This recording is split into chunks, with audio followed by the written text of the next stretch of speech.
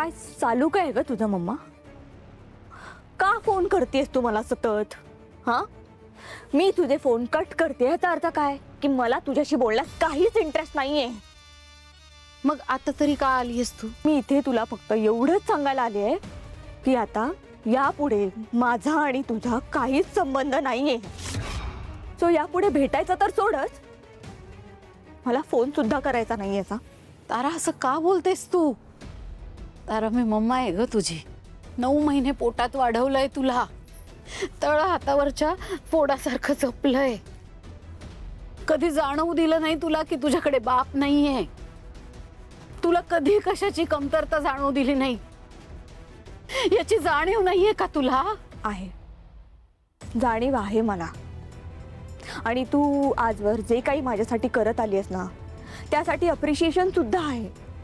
पण मम्मा, तू मला कधी सांभाळलं नाही, मला पाळलंस.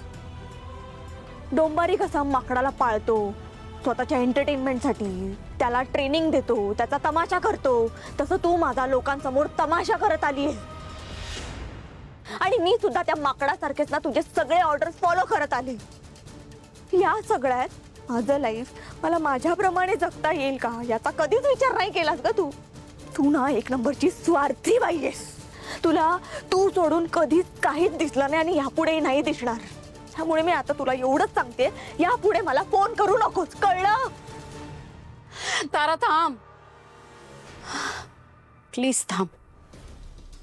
जगासाठी मी योग्य आहे अयोग्य मला माहिती नाही. मी चुकली आहे की नाही चुकली आहे मला माहिती नाही. नाही का झाले की खलनायिका झाले मला नाही माहिती. मी कशाचीच गणितं लावली नाही. मी फक्त एवढाच विचार केला की मला माझ्या ताराला खूप मोठी गायिका करायचं आहे. तिचं नाव चंद्र सूर्यासारखं आभाळावर असं तळपट ठेवायचंय. हीच स्वप्न पाहिली की माझ्या ताराला एक चांगलं आयुष्य मिळू दे, तिच्या वाटेला जगातली सगळी सुख येऊ दे. आई म्हणून मला जे पटलं, रुचलं, योग्य वाटलं मी केलं. नाही केली परवा या गोष्टीची की लोक याला काय म्हणतील.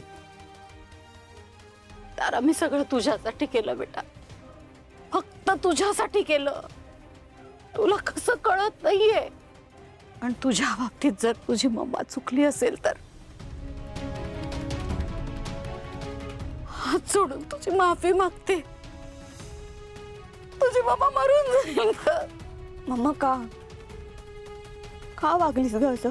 अगं माझी काहीच चूक नसताना सगळे मला दोष देत आहेत. मी बदनाम झाले सगळीकडे. माझं घर, माझं प्रेम, माझी माणसं, सगळीकडे माझी बदनामी होतीये फक्त तुझ्यामुळे. का केलं नको मम्मा? का केलं नको?